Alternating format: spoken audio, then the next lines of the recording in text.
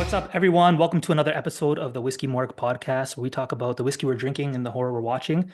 I'm your host, Mike, and tonight I am joined by Nic Christiansen from Barrel Craft Spirits. She manages their blending operations. She does the single barrel program, the private blending program, and frankly, I'm super excited because she's behind a lot of the most innovative blends in the game right now, and I am super stoked to be able to have this conversation. So, Nick, thank you so much for taking the time to hang out tonight and have a few drinks. Yeah, no, thank you for having me on. I love your stuff, and I was excited when you reached out. Yeah, it's always fun because it's very easy to be online and do the whiskey thing, and you talk to people, and you and I've kind of had like conversations in passing. So, it's nice to kind of just, I guess, in the best we can right now is sit down and have a drink and chat. Except we just decided to record it and, and share it with everyone. So before we get into things, because we're going to be drinking a couple products tonight, so we will be drinking Barrel Batch 36 as well as the Barrel Double Barrel, which is the new extension of the Foundation line. But I wanted to go into some background because I've done a bit of my homework and I find some of it fascinating, and I wanted to kind of hear a bit more about your story. So, for those listening, prior to joining Barrel Craft Spirits, what were you involved in? What were you doing before Barrel? Yeah, most right before I started Barrel Craft Spirits, I was a beverage director at a restaurant in Louisville, Kentucky. Um, it was a very quality food, flavor driven restaurant that focused on like all the hospitality um, and flavor everywhere throughout everything. So everything was very high touch, lots of detail, lots of thought. And was in charge of the beverage program, so it was a lot of wine, beer, tea, coffee, bourbon, whiskey, all spirits, cocktails. And we had a really big barrel program as well. So at that time, it wasn't that common for restaurants to have, more than one barrel pick at a time because Mm. it's, a big investment. But I was able to, at one point, I had up to 20 different barrel picks while I was there. And as I was tasting through the barrels, in the rick house, straight out of the barrel, sometimes in like, the winter where you're freezing, but you like drink this like warm whiskey and it just like warms your soul and it feels amazing. I was like, I really need to get into the bourbon side. I'm in Kentucky, we're surrounded by bourbon Mm. and different whiskey distilleries. So I really had this itch to get into the bourbon world and specifically blending. And I was lucky enough to know, kind of in passing, the Joe Beatrice and Trip Simpson from Barrel Craft Spirits. So I would talk to them at the bar, talk about their products. I'd make some cocktails and stuff, and we'd chat. So they needed somebody to run their single barrel program, and that's how I made the switch right away. That's cool. I think like the ability to taste through that many single barrels from different rick houses naturally kind of sets you up for the beast that would be barrel. And we'll get into that later because the idea of blending fascinates me to begin with. I've talked to some of the guys at Pursuit, and they do that, and they kind of do like a try blend of things. So I think about like barrel and kind of entering that territory and just having a playground of barrels. But before we get into that, you mentioned the cocktail, and how when you were talking to those gentlemen from Barrel, you were having some cocktails or you're making some cocktails. I know you were part of like, was it like designing cocktails Yeah. for Butchertown? It was Butchertown Grocery, right? Yes. Yeah. Yeah. Okay. Yeah, I was I spent years studying cocktails and flavor development in the cocktail world and um I think the skills you learn there can definitely translate to blending spirits and whiskey because it's on a much smaller scale, you're seeking balance and you still want there to be a really good aroma. You want to have a good mouthfeel, a good experience while somebody's drinking the cocktail, and then you want that finish to end in a certain way where they want to come back to it. So like all of those things translate over to blending. Yeah, I guess yeah, like it's spot on the idea of like tailoring an experience from start to finish, from the aroma to like the nose, yeah, palate finish. What's funny is that like so I always try to do my homework when I interview people because I know you've probably done a handful of these at least. So what's funny is what came up was Bourbon Pursuit, and it was kind of cool to hear back because that was recorded just when you started at Barrel, Oh yeah. and the focus on that episode was crafting cocktails and those guys were picking your brain about every cocktail in the book, and it was a really fun one. But it was cool because like it was like I guess, before you really started getting really immersed in like the blending and kind of taking on a lot of that stuff yourself. But yeah, I thought to myself like what a perfect translation in terms of like you have the single barrel program that you are running, which you're tasting through all this stuff from the barrel, so you have a good idea of like whiskeys from different places, and then you're crafting this experience from like start to finish with the cocktail. So I feel like it is really this kind of match made in heaven and how you end up going on to barrel. Yeah. It was definitely and Barrel was like the one brand I wanted to work for as well because they were the ones that were, at that time pushing the boundaries more than anyone in the blending game. They were kind of one of the first ones to do it, and so I'm happy to be here and to keep pushing those boundaries. Yeah, I'm a big fan. I know like people really enjoy like the idea of like certain single barrels and where they come from, but I've been enjoying the journey of like, and I got in quite late, so I think I got in like batch 32. Um, so a few years back. But it's been such a fun ride and kind of seeing the changes and the evolution of it. And like spoiler alert, I fall in love with every one every one of them. They're all like super good. When you joined, how long after was it? Because I found out with digging around that it was like you were responsible for Seagrass, I believe, and helping put that together. Yeah, that was yeah, Seagrass was an interesting one because it was so Joe Beatrice, our founder, he had this name Seagrass in his head for a product. He knew he wanted to be a rye base. He knew he wanted to have three cask finishes like Dovetail. Hmm. Um, but he wanted it to evoke the coast, like in the northeast coast, with like salinity in the air and like the wind blowing through like your clothes, and you're standing with this high grass blowing through your legs and stuff. And like Nice. that's what he gave us to start with as like, okay, make a product. You're like Um, back behind the bar. Like that's like when I go to the bar and they're like, "What do you want?" And I'm like, I'm on the beach and the wind's blowing through my hair and the salinity of the ocean. And you're like, okay, let's. But I love the idea that it started with a word, then like a concept, and yeah. then it kind of fell on like, well, how do we make this happen? And I'm asking about this one in particular because I feel like, to give you guys credit, we've seen a lot to follow after from different companies who I feel like are trying to do their version of Seagrass, which was like never really seen before. Yeah, I think starting with that, like those parameters at the beginning really allowed us to like push um, like what we would traditionally how we would traditionally start with a blend, we might be in like a more of a tighter box, but the box was wide open. There was no box, so it was just like anything goes. So it took longer to get to the final answer, but it was like a lot of kind of off the wall experimentation, whiteboard meetings where just like what types of finishing casks could we get, what whiskey would we put in those casks, and then yeah, it was just a lot of late night lab experiments and just like trying stuff. I still remember what the first time the lab bottle that I made. It was I had like a marker and I wrote all the components on the bottle, and I was like, I can't forget this because it was like a late night and I was like, I gotta go home, but I remember this and like left it on the lab table and then came back the next day and reworked it, and then the rest is kind of history. That's cool, and that's what would become Seagrass eventually. That's awesome. Um, so a couple more like things to start off. So this is like the whiskey and horror podcast, and I usually don't like push anyone in either direction, but you and I have chatted a little bit. And I remember when the first times we got started, I kind of mentioned like, "Hey Nick, I want to do a pairing." I think it was one of the first times we talked. Kind of just asked what some of your favorite horror movies are, and I was like, "Let me do the legwork. I'll make a connection somehow."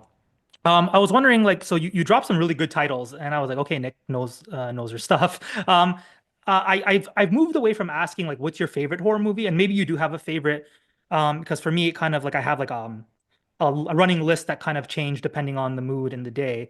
But is there a horror movie or show that kind of resonates with you that maybe had, like you remember as like one of the first things you watched that's like left a lasting impact on you? Yeah.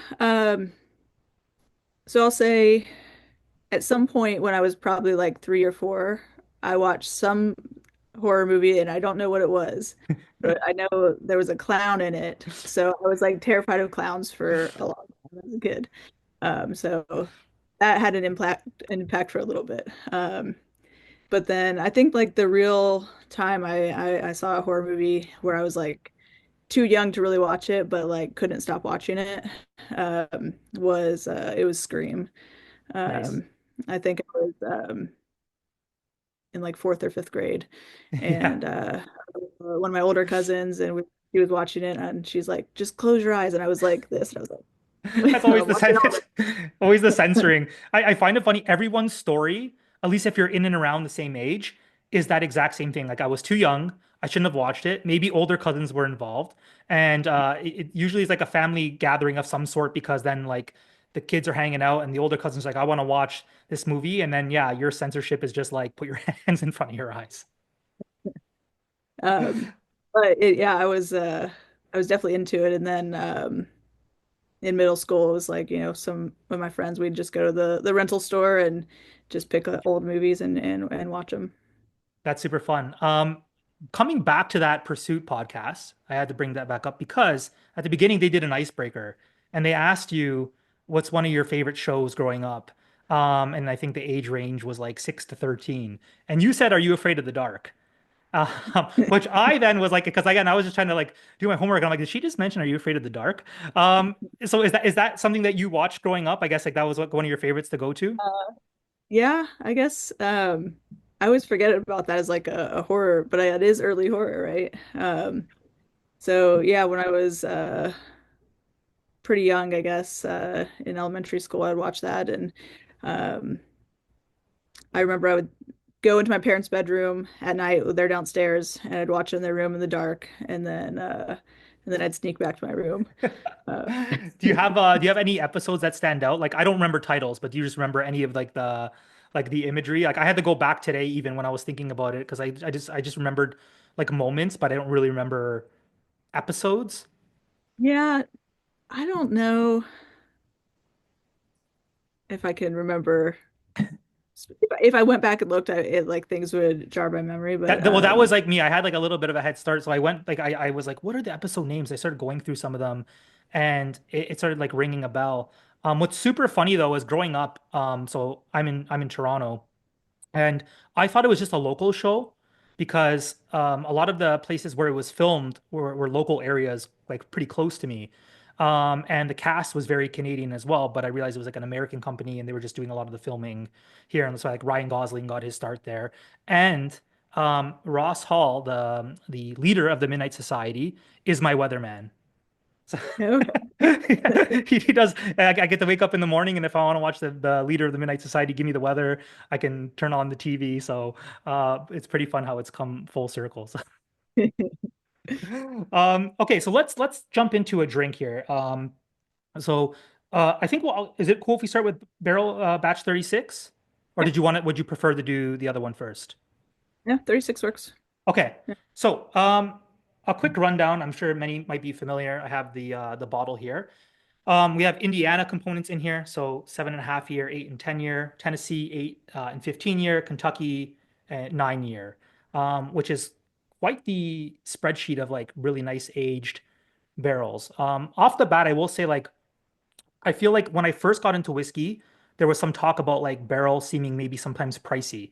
And I think it's interesting how ironically to me it's like one of the best value pours right now. Because usually it falls in between like 80, 90, I guess, if you get it at retail with the batches.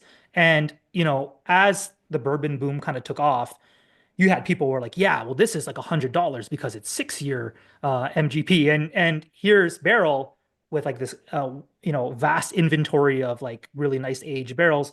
So I feel like the lineup on this in theory is already super strong. So like in terms of like creating the batch products, could you give us a quick rundown, like, and maybe you have some particular memories of like because this was the last one, batch 36, of how this comes together in the process of doing a batch? Yeah, so with batches, so for people that don't know, our batches are always different. They're always cast strength. Um, Batch 36 means this was the 36th time we've done this. Um, and they used to be much smaller. We do multiple releases throughout the year, but now we're transitioning to just one batch a year. Um, Calendar year, not always December Mhm. um, to December. Um, so with each batch we start over new. So we're not taking a formula from a previous blend and using that. It's really the goal is to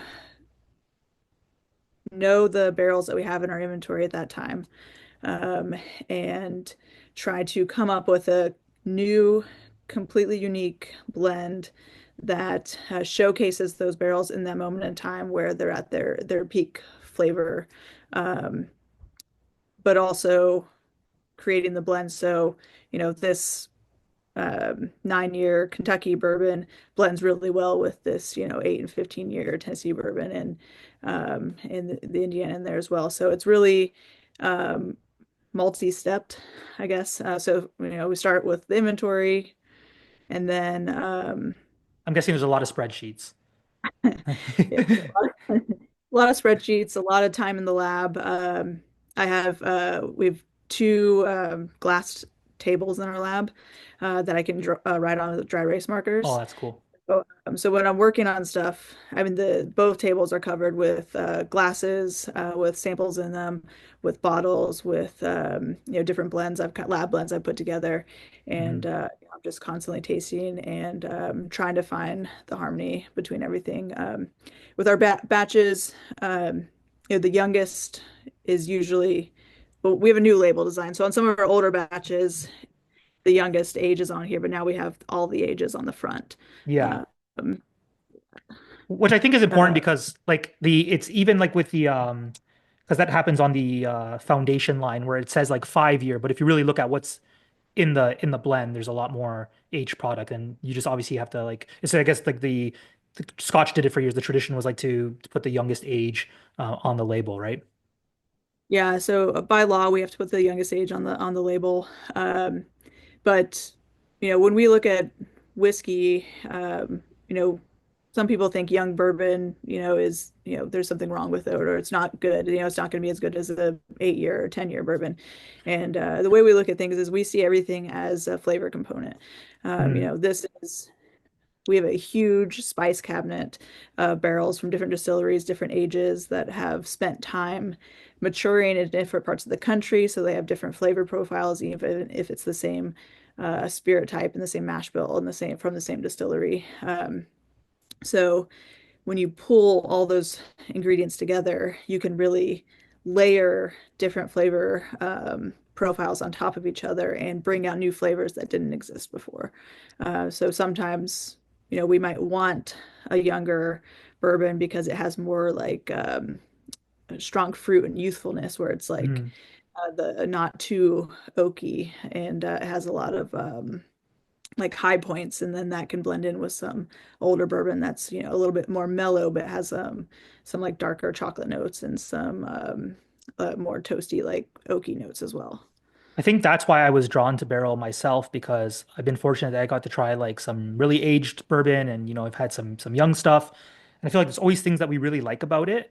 But even like one of my first loves in terms of like blends and I got to try early on was like the Four Roses, the blend, limited edition blend they put out at the end of the year. And I was like, what better than to like be able to pick, like you said, from the spice cabinet and say, you know what, yeah, like these particular lot of barrels have really great like fruity notes, they're younger, and then mix it in with like the darker oakier stuff. So I personally have been leaning towards more blends than single barrels. Single barrels are fun. You can get something funky, you get something unique. I think there's always a space for them, but I feel like barrels really taken over the space that regardless of now you put out 37, the consistency to me is kind of like first of all, it's just really good. That's the core of it. But it really does feel like it has the best components of the age stuff that I've tried and the young stuff that I've tried, and you really just get to paint your own picture using all of that. Yeah, well, thank you, because that's how we look at it. We're trying to, our consistency is to try to always make really good products. So if you pick up a bottle and you haven't tried this batch yet, but you're like, on the fence of, should I buy it or not? If you've had our other batches, then hopefully you'll know that, this is gonna be worth it, and that's the goal. For sure. As we continue to talk, I'm gonna like I've been kind of just nosing my pour for now. Is it always interesting hearing people give you notes on something you created? Um, I think tasty notes are always interesting because Yeah. um, it's all goes back to your memory. Everyone has different words to describe the flavor that they're smelling. And you and Hmm. I might be saying the same thing, but because you grew up in Canada and I grew up in Kentucky, like it's something different to me. Like maybe it's bread pudding to me and it's a different dessert to you. For So sure. I think that's really fascinating. So it's not weird. I enjoy it. So for you, for kind of this being part of your creation, what's the first thing that kind of pops on the nose whenever you revisit batch 36 or even putting your nose in the glass now? I get a mixture of uh, um, cinnamon, some like light chocolate notes. I get like a bruleed orange flavor on the Hmm. nose. I always get like for some reason I know like again it's different batches, but especially between for some reason 34 and 36, and again I think it's just like what I kind of associate with, but I get like a cherry cola or even like with the cinnamon almost like a Dr. Pepper sometimes, but really there's like a lot of like cola notes at the core of it, which I love. Like it's one of my favorite things. And then I thought like I wonder what that could be if there's a consistency in the blends that kind of draws that. Maybe it's just like aged product in general, but kind of pulls like those really like deep like cola notes for me that I get. Yeah, it might be the combination of certain aged mash bills blended together with some of the um, slightly younger stuff that has like the higher rye content because you get like a little bit of that spicy like fruit in there. Yeah, definitely. I'm gonna take a sip because Yeah. the nose is beautiful, but I need to go in for a drink.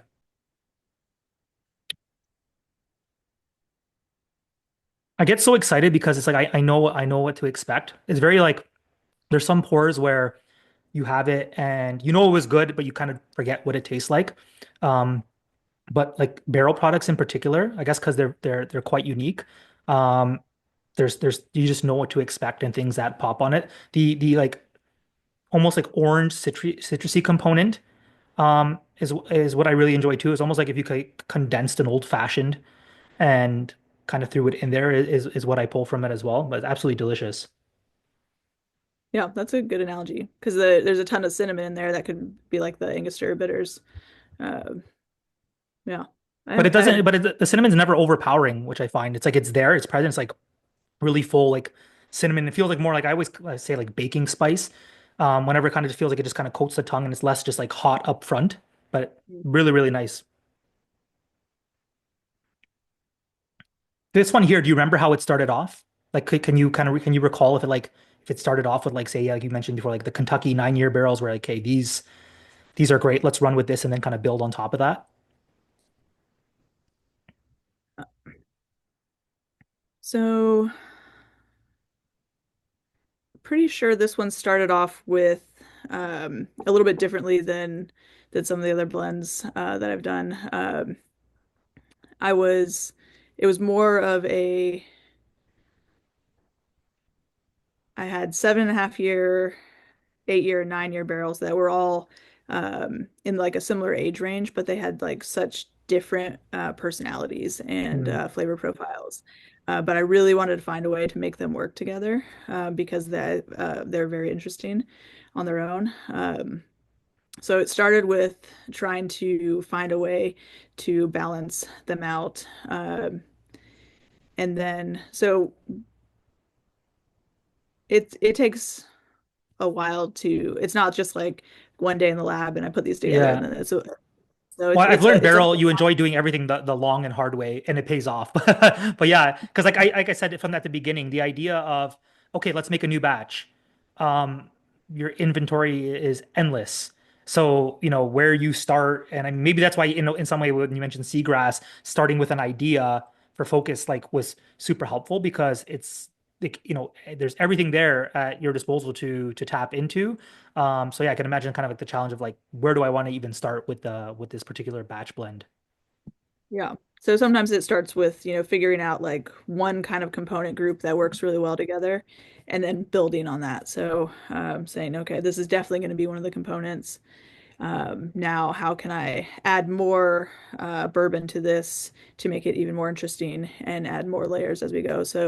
Um, so yeah, that was, I mean, it was over a year ago that I blended it, but I definitely remember that starting point. Yeah. I was gonna ask you, are we almost due for 37? So it depends on the market, but 37 I'm already started working on. So Okay. it probably won't hit until the spring. Okay. But every distributor is a little bit different on when they're going to pick it up. Absolutely. I definitely am looking forward to that. Like I said, like it's fun because it's a no-brainer buy for me that, it's you again, the consistency is there, it's going to be good. It's the new batch. And I love like comparing them. Unfortunately, I have this is like look 34 was one of my favorites. It was a little bit covered in blood right now. A true bottle kill. But yeah, that was absolutely great. Is the last blend always your favorite? Like, is that because I feel like I was gonna ask you your favorite blend, but I feel like even tasting it, I'm kind of like I love 34. That one stands out to me, but now like having 36 again, I'm like, oh, I love 36. Yeah. Yeah, I have a very hard time choosing favorites, and it's a question I get asked all the time. Yeah. But I'm kind of like I think you said earlier with the movies is, what mood am I in? What do I want to drink right now? But oftentimes the blend that I've been working on most recently is the favorite, but it's just because I'm so like we're so intimate at that moment. It's Yeah. like that's so much time together. A whole lot of late nights at the glass tables and jotting things down. Um, is there ever been something that you thought in theory would work really well, like it made you super excited, and then when you played it out in terms of like the blend, it just went horribly wrong? You're like all the time. Yeah, I mean that's one of the fun things about working in a lab and being able to experiment is yeah, sometimes you're gonna think that these things are gonna work and it seems perfect on paper and then you put it together and you're just like, wow, that did not work at all. Yeah. And sometimes it's that they just like cancel each other out or it just doesn't work or it needs something else. So um I can't think of it happens so often that it's like nothing stands Yeah. out as the one thing. It's another data point for me to recall if something doesn't work together, Mm, then I figure out why it doesn't work together, what would make it work together, um, or if these two don't work together, then what would work with this one and what would work with this one. yeah. So, I think um, sometimes I often forget, like you get caught up in the romanticism of like pulling from the barrels and tasting, but really the amount of science and like kind of a research spreadsheets that are involved. So I never really thought of the idea of like something not going right, but also wanting to track that as well, because you're like, well, then yeah, what two things were interacting to realize that that didn't work well, to like you said, to have a marker or a point of reference for that. That's really interesting. yeah, and if we were in the lab, I would show you we have walls of just like shelves of samples. We're constantly pulling samples. So uh yeah, the times where I've blended things together and had to make those notes it's a lot. Yeah. But that's part of it. And then Uh, there's as many that you put together and you know that they work well together. That's awesome. And then again, I forget that you even do all like the private blends as well. That's a whole other beast, which we won't get into. But just basically, you work a lot, is what I'm saying. Is you put you put in a lot of work. One of the things Yeah. that stood out, like on the website, it talks about how you were kind of instrumental in helping scale up some of these blends. And I was always curious about that as well. Like you do a batch, and especially now, like 36, like was the blend for the year. You've moved to kind of like an annual blend. Um, does it always translate the same way, like in a lab, where if you have like sample bottles and then scaling it up, and I guess you would have your ratios and whatnot. Is there much variable there for it to completely change, or for the most part, it kind of translates from what you do in the lab? It mostly translates, but there are always variables that you're not expecting. Hmm. And when I'm in the lab, we don't have any like fancy equipment to like analyze the whiskey. Like all of our analyzing the whiskey is sensory. So we're smelling and Nice. tasting, and that's it. So when I say, this is the lab blend, I make a plan to go ahead and dump the barrels and blend it in the distillery. Um, it's a plan, but I know that there are things that um, even though we'll do composite blends of the barrels that we're planning on using. Hmm. So, if I'm planning on using 20 of these barrels, I might pull 5 to 8 samples from those barrels and Uh, blend them together in the lab. So it's like pretty close okay, to what cool. the barrels will be when you dump them. But when you dump them, there's going to be things that just sometimes you're not expecting.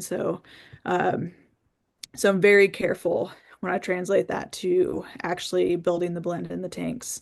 I dump all the components separately, then I bring them back to the lab. I do the lab blends again. I make adjustments. There's almost always adjustments that need to be made. So then I make the adjustments to the plan, go back out there, and then step our way up to like the total volume that we're working on, that we're working. Oh, that's cool. Yeah, that was always the one thing that I've always been really interested in. You just answered all that perfectly. Is just the idea of like, yeah, you can like put these together, and what does that look like, and how do you go about suddenly, mass producing and bottling, thousands of bottles. But that makes a ton of sense. What does make sense in my mind is I taste this, and naturally I pair with horror, and that's kind of what I do. So if you want, if you want to pair with a movie, I'm not sure if you have something in mind, but before we jumped on here, I kind of mentioned we taste these two. I've paired this in the past, but I said I wouldn't cop out and like just do the pairing that I did on Instagram. Did you think of a movie or something that comes to mind when drinking Batch 36? Um, kind of. What was your pairing on Instagram? I can't remember. For 36, I think it was Beetlejuice.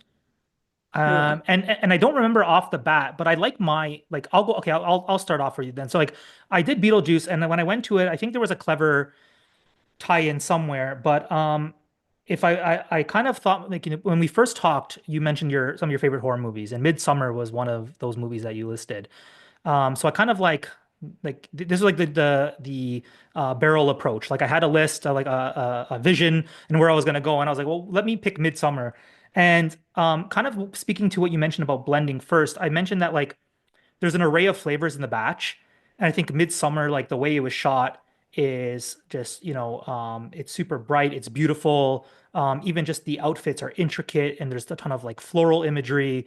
And I think like the barrel batch really has a lot of those notes, those like bright, beautiful notes. But as we know, Midsummer gets super dark, and kind of hits you with a lot of those like yeah, just kind of like dark, almost disturbing elements. So I feel like just that balance of being able to be so beautiful, and have like these really bright components and imagery, but at the same time be so dark, but everything's so nuanced. I love that film just for like the amount of attention to detail. So I feel like it really captures that array of flavors. So that was my new choice for three. And now I have to turn that into a post. Yeah, I like that. I have to say, like, thinking of doing the pairings with the movies has been like a fun, like, thought journey where I'm just like, really thinking about it. And I love that you spend the time doing it because you're so good at it. Um, A lot of so a lot of just nights. uh, so I was thinking The Shining, Mm, um, because I think sometimes when you first take your sip of Batch 36, it may seem like a very innocent, like traditional bourbon that mm, you know it might seem like a place where you can go and just like relax and like get away. But then the more you let it like sit in the glass and you go back to it, there's going to be different flavor elements that kind of pop out and surprise you, like not expecting it. Um, so that's where I went with the shiny. I might have to collaborate with you sometime. I always feel bad. Like I enjoy doing this, and I never want to put someone on the spot. So I'm like, hey, do you want to pair with me? So I appreciate you kind of having some fun with this and that you enjoyed thinking about it. But that element right there, just the idea of like it being approachable, and I think like we both kind of had the same angle, right? Like Midsummer you start off, it's like, oh, we're on a trip. It's kind of like light and beautiful, and there's a lot of great imagery. And The Shining is the same thing. The beginning is kind of like, there you see the long drive to the Overlook Hotel, who I found out does barrel picks, the Stanley Vault there, which is like super cool. And I need to get a pick from there. But We, yeah, and we've done barrel picks with them. I know. I've seen a few of them, and like my dream bottle, like there's people have unicorns. They're like, oh, I want Pappy and this. I'm like, I need just any pick from the Stanley. Like, that's what I need to get, and that'll be like the prized possession on my shelf. But you're so right. Like the idea of like the deeper you get into The Shining, like the more complex, the more layered, like as well, it gets quite dark. Um, and you kind of peel those back. So I like the idea of like a barrel 36 kind of starts off as like this very approachable bourbon and then takes you on the journey Yeah. up to the overlook. That's really good. We're gonna collaborate sometime. Well, I'm glad you like it because I was you're the master of this. No, no, that's excellent. So now that we're on a really high note here, the pressure's on that you just do it all over again and and we will pair the double barrel. So I'm super excited to talk about the double barrel as well. Um, if I'm not corrected, like was this more of like the foundation line was a little bit more of like your project and your baby, if I'm not correct, like in terms of what I read online? Um, I mean, it was a joint um project. Really, we as a team we realized that you know, we are a more expensive brand. You mentioned it earlier, that like 80 to $90 price point. So we wanted to create something that is more approachable for people on like as like something you might drink more daily, or if you've never had anything from Barrel because the price limit, that this is something that you can grab. And um, we wanted to do something that was 100 proof. It was the first time we've done something that wasn't cask strength. Hmm. Uh, but it also allows for a more accessible bourbon for people that maybe aren't used to drinking cask strength products as well. Um, and one of the biggest things with doing a 100 proof product was we really wanted it to be something that is still full flavored and complex like our cask strength products. Hmm. It wasn't just let's blend this, cut it to 100 proof, throw it in a bottle. Yeah. It was we took a lot of time developing it and really trying to figure out the component blends and how the water would interact with those components as well, to get it to 100 proof. Yeah, I think it's super obvious in the taste because I know you and I are alike in terms of like enjoying sipping like neat cask strength offerings. And it's very easy to kind of get caught up in that. And, a brand will come out and say, like, when Barrel came out and said, okay, we're doing foundation and this is 100 proof. Now, in my heart, because I'm such a fan, I knew it would be different. But like a lot of the stuff that you taste, like 100 proofs, I think is a really sweet spot. But a lot of times when things are proofed down, you're like, oh, the first comment you ever get is like, this is really good, but I'd love to taste it at cask strength. Like whether someone knows a lot about whiskey or they don't, I feel like it's kind of that's the comment that comes up. But tasting this one here, everything feels very complex and intentional. So it doesn't, yeah, like you said, it doesn't feel like a really good blend that's just like now been watered down to 100 proof. I feel like you throw this in a blind and no one's pulling that out and saying, oh, this is the one that's completely watered down and, we're missing certain flavors or it feels like things are a little bit muted. Yeah. Well, thank you. And then it's 5-year age statement, but we use 5 to 9 years in the blend. So again, we're using that range of ages, so you Yeah. can you know, it's still accessible, but we're adding more layers of flavor and depth with the extra ages in there. Yeah. So we have Kentucky 8 year, Indiana 5, 6, 9, Tennessee 8, and then Maryland 5 and 6. So yeah, there's a whole lot of age stuff in there. And I feel like maybe that's some of the age kind of carries that backbone of being able to be still like very like robust and it feels like bold without again feeling something just that's watered down. Yeah. Well, thank you. That was our goal. Yeah, and I Uh, mean like it's I think it's a great move on like I mean business and I mean even just as a consumer because I know with the other foundation bottle I have and then the double barrel, it really is the like, and I know what it's intended to be. It's a versatile bourbon. Like when I have people over, I pull that out because I know I'll enjoy sipping that neat, but it also might work really well in a cocktail, or you don't mind because it's not super expensive if someone, is blasphemous and just throws it in Coke, not judging, but you don't mind because you're like, what, this is really this versatile bourbon, and I bet you it's going to be the best bourbon and Coke you've ever had by throwing this in there. yeah. I think that yeah, that's I've never had it in a bourbon and Coke, but I'm sure it would stand up I think fine. after, when we log off here, I'm gonna go inside and just for science, throw it Okay. throw a I'll do splash it of Coke now. in there. So we'll kind of nose this one, kind of do the same thing, a little bit of like informal tasting. I haven't revisited this one in about a month, so it's kind of fun to dive back in here. And this is the double barrel foundation, correct? The double barrel foundation, yeah. The first thing that stands out to me is I feel like the double oaked line, or the category, I should say, not line. A lot of people think of like Woodford Double Oaked because they were one of the first to come on the market, and they had this idea of like this like super like dark, like there's such a profile that's associated with double oak, and this one in this most pleasant way, I was like, oh, this doesn't smell like that, but in a very positive way. There's a little bit of that chocolate. I definitely again get a ton of like the orange on here. I even think I put like a lot of orange brown sugar. Um, and there's still like a pop of rye. Is there like a little bit of a higher rye component in this? Yes, there yeah, there's quite a few different ryes in there. And the derived mash bill is 23% rye. Yeah. Um, Okay. Yeah. So there's a good amount in there. there's there are some bourbons that are much higher in the rye. Yeah. Is there anything in particular that pops to out for you when revisiting this one? So one of the things that, and this is a fairly new product, so like we were talking earlier, I'm drinking this one more, but every time I come back to it, it just it has a lot of complexity, but in a very, very approachable way. I Hmm. think it's like a crowd pleaser. Um, Yeah. but on the nose, I get a lot of baking spices, like caramel. I get chocolate, um,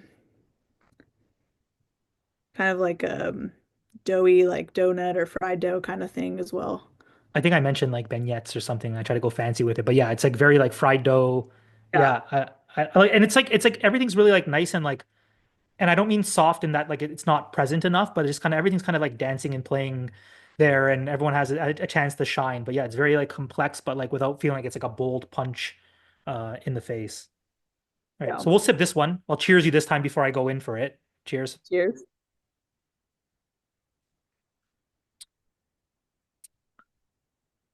Yeah, I would never guess that's at 100 proof. Like if someone just said that here's this another like barrel strength product, I would say sure.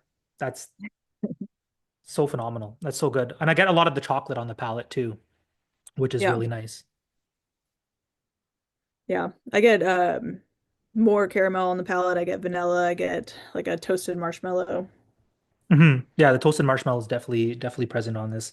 And I guess that's what like the toastedness that people kind of I think like chase or like the double barreling or it seems like that's kind of one of the notes. So I think it's there. But I Mhm. kind of enjoy that it's again very different from say like a Woodford where there's like really nice like the like brown sugars, caramels, vanillas that still keep it like very sweet and light, but then there is that like backbone and like a little bit of a darker component as well with the roasted marshmallow. It's really nice. So I know you're a fan of cocktails, and is how do you pronounce it? Is it the Boulevardier? Yeah, Boulevardier. Boulevardier. I know that's your favorite cocktail. Does the double barrel make it into a Boulevardier cocktail? It's really good in a Boulevardier cocktail. I was in New York recently and had it in a Boulevardier. Oh, nice. I was up there for the launch of the Double Barrel Foundation. So we were going to different restaurants and bars, and it was really good in the cocktail. When we were developing the foundation line, like we definitely wanted them to be, very stand out in cocktails. So bartenders, would want to reach for them, and if you're at the bar, make me anything with the bourbon, you can pull the foundation. Um, but most of our products are really good in cocktails. Uh, the seagrass actually makes a really good Boulevardier. If you haven't tried Okay. that. No, I'm definitely going to because that makes now that you mentioned, I'm like, why haven't I done that? That makes complete sense in terms of what that could do in the cocktail. Yeah, I'm gonna give that one a try. It's really good. And seagrass also does like really well with tiki cocktails. I'm such a So sucker for tiki. Yeah, um, yeah, like a Mai Tai is really good, and just like a classic daiquiri with seagrass is one of my favorites.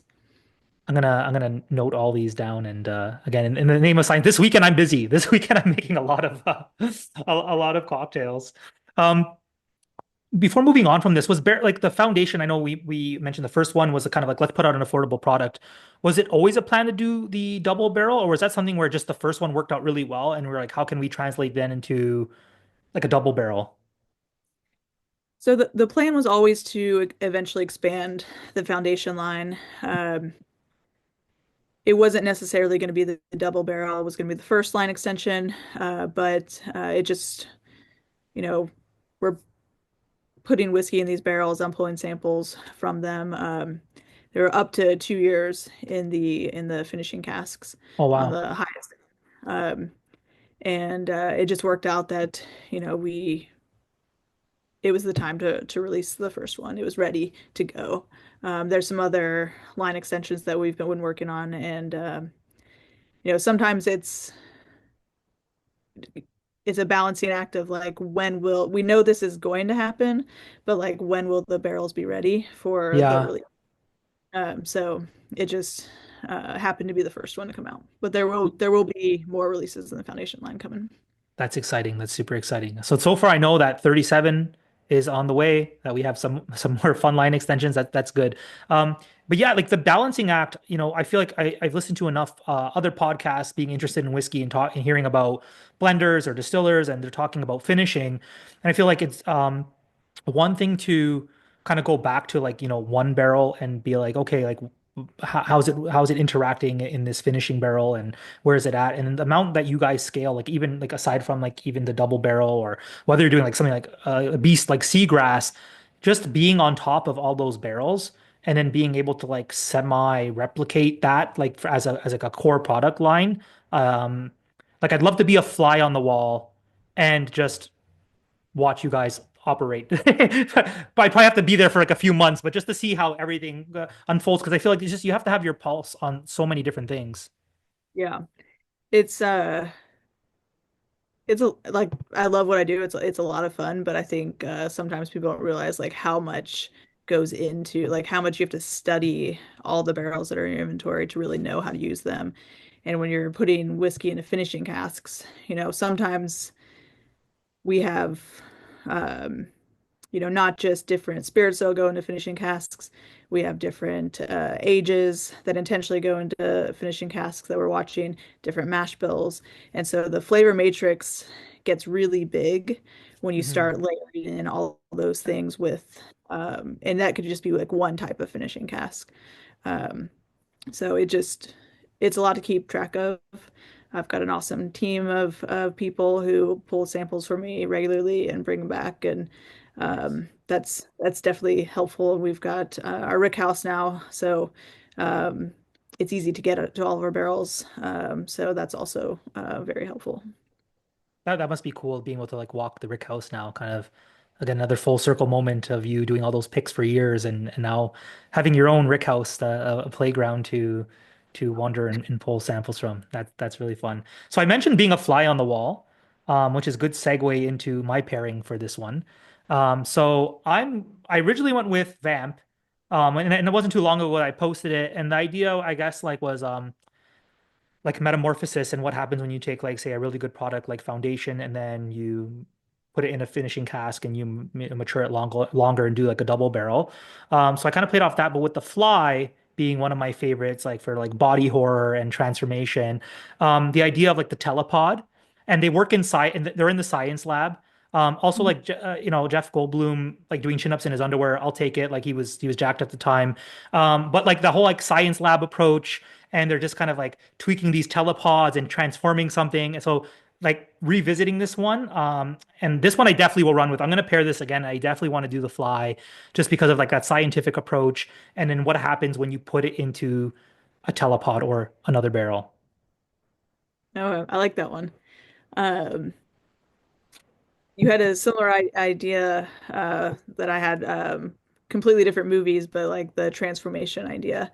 Hmm. Uh, so I had trouble landing on the exact movie, but the one that I ended up choosing is The Faculty, Nice.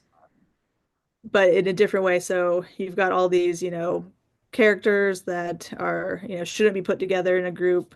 There's the ones that don't fit in at all, the ones that really fit in. And so those are kind of like the different blending components. And on their own, they're all interesting, separate. Then you blend Hmm. them together and then put them through the experience of, aliens coming to invade their school and they have to like save everyone and keep it. So then at the end, they like are transformed because they've gone through um, this traumatic experience, but they're stronger at the end. I love that. That's really good. Like I went on more on the nose, and like Nick, you're showing me up with with this much larger metaphor of like transformation, like going through the experience. And Faculty is one of my favorite movies, so like excellent choice. Except I wouldn't last at all because like I'm a caffeine addict, and clearly with that being a weakness, I'd be gone for. Yeah. So before we wrap up here, I always have to tease it out. Like in terms of like things you're excited about, things you're working on. I know when it comes to releases, you have to keep lips sealed sometimes about what's going on. Is there anything you can share that you're excited about or tease out or, actually just actually mention in terms of what's on the horizon for yourself and Barrel Craft Spirits? Yeah, so batch 37 will be coming out. We did just release the cask finish sherry bourbon. Um, it's kind of rolling out now, so I don't know if it's out everywhere, but Hmm. if it's not out everywhere, it should be soon. Um, and we are doing a lot of kind of smaller, innovative releases where, some of the things I was talking about where we are constantly working on experiments. Hmm. So some of the experiments that we've been working on for years that we have in smaller volumes, we're turning into kind of smaller releases that will, some of them might be online only or at our distillery. Some of them will be a little bit larger so we can get out into the distribution network as well, but they'll be limited. Um, so one that's coming up that I'm very excited about is it's a foolproof blend. So foolproof being, where you cut down to the entry proof Hmm. of the barrel. Um, except, since it's a blend and not just one distillate, um, all the components are getting cut down to their original entry proof separately. They all have different entry proofs, and Wow. then blending that together. And that's gonna be a pretty limited, small release, but it will hit distribution. So select stores around the country will get it, but it'll be online for sure. Nice. Of course, the barrel approach is like, how can we make this even more difficult? But like, it's so rewarding. I think that's such a cool concept. Mentioning like bringing that down to like foolproof, and even whether you're familiar about it or not, and like Dick did a great job of just explaining what it is. But this idea of like, but now you have to do that for every component in there, and what does that look like when it's Yeah. brought down to the entry proof? That's really cool. And the PX, I didn't know that was coming out. I have to find one of those. I'm a big like PX like some finishing I could be hesitant about, but I always said with like barrel. I mean, you guys could do anything, and I'm like, okay, I trust you. Like, let's have, but PX is one that I like in amongst like the market. I'm a huge fan of like a PX finish, so I definitely will try to track one of those down for sure. Okay, cool. Yeah. Um, Hopefully it's easy for you to get all the bottles. Nick, thank you so much for doing this again. I know you're busy, as you mentioned, you're jotting notes and in the lab and doing so much. So taking time, I know, means a lot. For those watching, thank you for continuing to show up. Remember to do the obvious, the like, subscribe, comment. Let us know some of your favorite barrel releases. I always enjoy kind of hearing in the comments what people are up to. And then I just take notes and try to purchase whatever you mention is really good. So make sure to do all that. And yeah, I'll cheers on that note. Nick, thank you. Cheers.